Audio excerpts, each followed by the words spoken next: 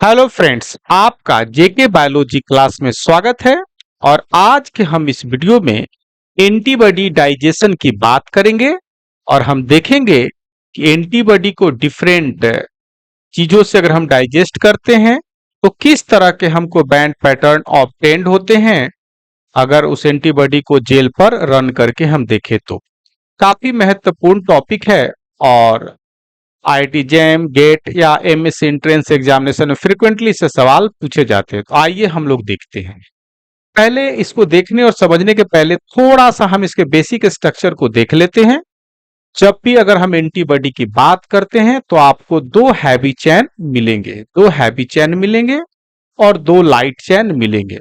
और ये heavy chain और लाइट चेन आप देख सकते हैं कि दोनों हैवी चेन आपस में डाइसल्फाइड बॉन्ड से जुटे होते हैं और हैवी और लाइट चेन भी डाइसल्फाइड बॉन्ड से आपस में जुटे होते हैं।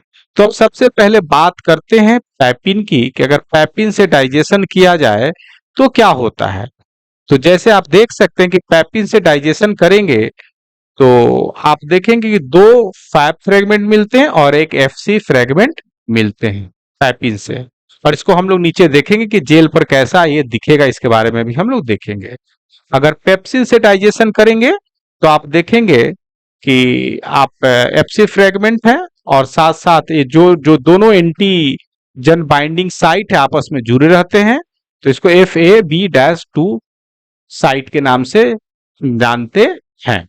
अगर बात करते हैं बीटा मेथनॉल से, यह एक रिड्यूसिंग एजेंट है जो डाइसल्फाइड बॉन्ड को ब्रेक करता है। तो आप देख सकते हैं कि इस तरीके से अगर डाइसल्फाइड बॉन्ड ब्रेक कर जाए तो आपको दो हैवी चेन और दो लाइट चेन मिलते हैं। सही है।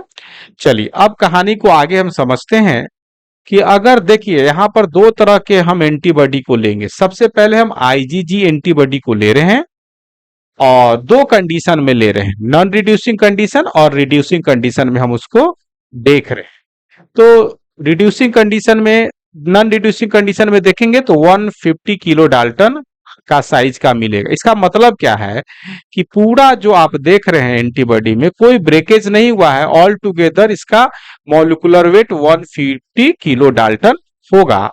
अगर हम रिड्यूसिंग की बात करते हैं, रिड्यूसिंग कंडीशन मतलब क्या कि डाइसल्फाइड बॉन्ड ब्रेक कर जाएंगे, डाइसल्फाइड बॉन्ड क्या कर जाएंगे, ब्रेक कर जाएंगे। तो आप देखेंगे कि दो आपको 50 किलो डाल्टन का और लाइट चेन 25 किलो डाल्टन का आपको देखने को यहां पर मिलेगा। ठीक है, तो आपको दो बैंड मिलेगा 50 kD और 25 kD। Reducing condition disulphide bond break कर जाएगा। सही है।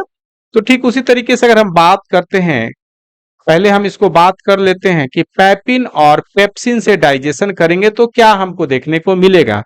पैपिन से डाइजेशन करेंगे तो 50 किलो डाल्टन का ही हमको एक सिंगल बैंड देखने को मिलेगा। ऐसा इसलिए होता है कि आप इस डाइजेशन प्रोफाइल को देखते हैं, थोड़ा सा डाइजेशन प्रोफाइल को देखते हैं तो आपको दो फैग फ्रेगमेंट है और एक एफसी फ्रेगमेंट है अलग अलग। सारे इंडिविजुअल फ्रेगमेंट का जो मॉलिक्यूलर वेट है 50 किलो डाल्टन है, इसलिए आपको 50 किलो डाल्टन के बैंड पैपिन डाइजेशन में मिलेंगे। अब बात करते हैं पेप्सिन की।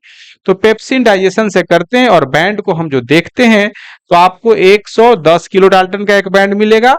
और एफसी फ्रेगमेंट जो होता है फ्रेगमेंट कर जाता है, जिसको आप जेल पर नहीं देख पाते हैं। तो पेप्सिन डाइजेशन का भी हमने देखा। ये दोनों कंडीशन हमने जो देखा IgG एंटीबॉडी के लिए देखा। सही बात है। अब कुछ और समझते जो काफी फ्रीक्वेंटली एग्जामिनेशन में सवाल में पूछे जाते हैं कि अगर आप एंटीबॉडी IgM लेते हैं जो कि पेंटामर होता है और IgA जो कि डाइमर होता है, अगर आप उसको SDS पेज पर रिड्यूसिंग कंडीशन में, रिड्यूसिंग मतलब कि बीटा मेथनॉल आपने डाला है, तो उस तरीके से आपको IgM के केस में तीन बैंड आपको देखने को मिलेंगे। 70 kD, 25 kD और 15 kD के तीन बैंड मिलेंगे। काफी फ्रीक्वेंटली एग्जामिनेशन में पूछा जाता है। ठीक है। और IgA SDS के मतलब के दो ही बैंड आपको मिलेंगे, 60 kD और 25 kD के दो बैंड आपको मिलेंगे। सही है। तो आप देख सकते हैं कि हमने दो डिफरेंट कंडीशन में देखा। अब एक छोटा सा सवाल आपसे है, अगर आप चीजों को समझते हैं तो आप हमको बताना है कि अगर पैपिन से डाइजेशन किए और उसका हम कैसा जेल चला रहे हैं, रिड्यूसिंग जेल चला रहे हैं, डिस्यूटिंग जेल चला रहे हैं, तो कितने किलो डाल्टन का बैंड हमको मिलेगा। आप कमेंट बॉक्स में लिखेंगे, हमें अच्छा लगे। मैं आपका सवाल का प्रशंसा करूंगा, आपके जवाब का प्रशंसा करूंगा। Thank you for watching the video. फिर हम नए वीडियो में आपके साथ मिलते हैं।